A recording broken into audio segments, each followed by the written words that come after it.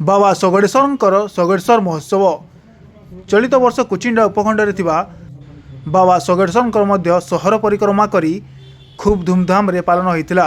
शीतल षष्ठी यात्रा संध्यारे मलय बेहरा संयोजन राज्यस्तरीय रंगारंग कार्यक्रम हजार हजार दर्शकों मन मोहिता। संध्यारे विधायक तथा कैबिनेट मंत्री रवि नारायण नायक जोगदे आगामी दिन में सगड़ेश्वर को सरकारी सहयोग प्रदान करने सह इको टूरिज्म और पर्यटन स्थली मान्यता प्रदान करी बामंडागढ़ इतिहास को लोकलोचन को आनिबा बोली प्रतिश्रुति देथिले। एही उत्सव रे सूरज चंद्र नायक और कमिटीर समस्त कर्मकर्ता सहयोग करथिले। देखंतु एटा बामंडार गोटे ऐतिह्य स्थान। बामंडार राज्य प्रथमतः बामंडा एठी गोटे जगह अच्छी एठी ही प्रथमे स्थापित होता।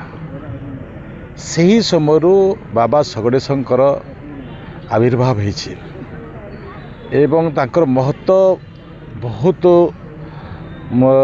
सुदूर प्रसारी। भक्त मानकर जो प्रकार आगमन एठिकी होता है थरे जदि आलोचना है से आलोचना ही कार्य रे परिणत होता है। ये प्रकार मु बहुत गुड़िए नमूना देखा मिली। ये अवसर आज भक्त मानक संगे जो तांकर षष्ठी यात्रार आज विवाह सरिबा परे आज गृह प्रवेश करेंगे। ये अवसर मोर सौभाग्य आज पहुँची एठी भक्त मानक गहन रे एठी तांकर कला संस्कृति में जो मंडप अच्छी से कार्यक्रम जोग देवा ये जो अवसर मिली मु निश्चित भाव में निजक गर्व अनुभव करुछि।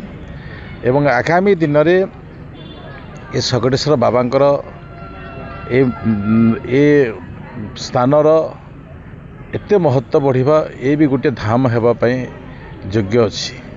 तो से दृष्टि बापांकर आशीर्वाद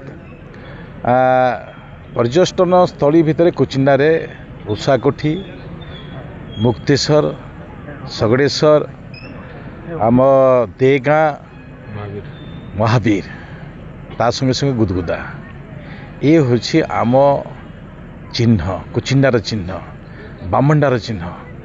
अखोज बामंडा भितर ये हूँ आमर ऐतिह्यर सबुठ पीठस्थली।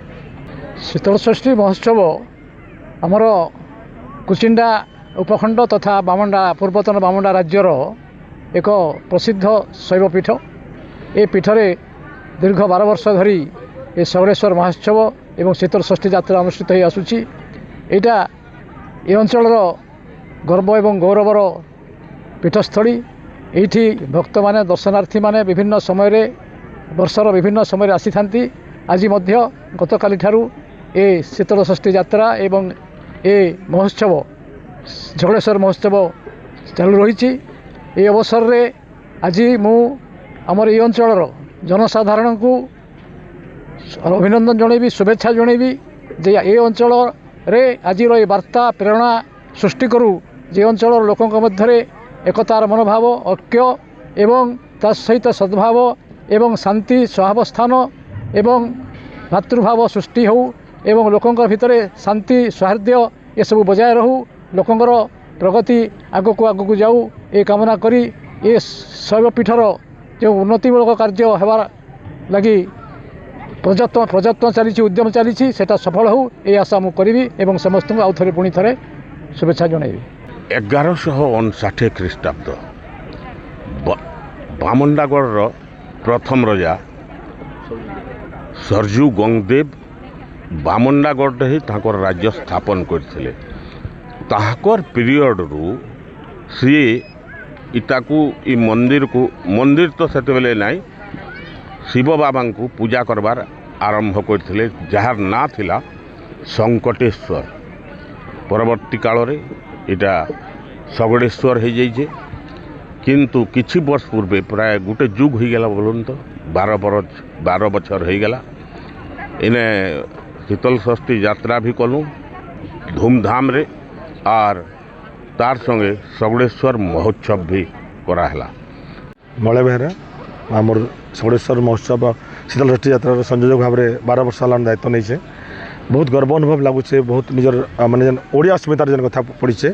आज सगड़ेश्वर बाबा जेन पीठ बामंडा गड़ गाँ के लगी जेन माने जेन तार ऐतिहासिक परंपरा रही जे मान्यता रही ई कुचिंडा उपखंडर बामंडा गड़ गाँटा हूँ आमर जेनटा देवगढ़ जेनटा बर्तमान परवर्ती समय राजधानी है तार मूल जगटा हूँ ई आम सगड़ेश्वर बाबा पीठस्थली सैड्रे जेन गाँटा अच्छे बामंडा गड़ आम चाहूँ आमर ऐतिह्य आमर परंपरा के केंता उज्जीवित कर पारबा ये अंचल सांस्कृतिक विकास हो पारबा इता संगे संगे ई अंचल गोटे जीवनधारा के ई महोत्सव प्रभावित कर पारबा एवं गोटे श्रृंखला रही पारबा आमर अंचल रे एवं इतार पर्यटन के केंता आम वृद्धि कर पारमा इता जेन किसी जंगल जेन बची किसी भी बहुत जंगल नष्ट हो गलान ताकि केंता इको टूरिज्म रे डेवलपमेंट कर गोटे पर्यटन मान्यता अना जा पारबा जगह के से दिगरे आम काम करूँ से समस्त सहयोग आवश्यकता अच्छे आपण समस्त सहयोग क्रमे आम आगे ये कम के बढ़े चलीछू आउ लोक मान सहयोग भी बढ़ी चली आस्ते आस्ते आम पीठ गोटे विश्व दरबार रे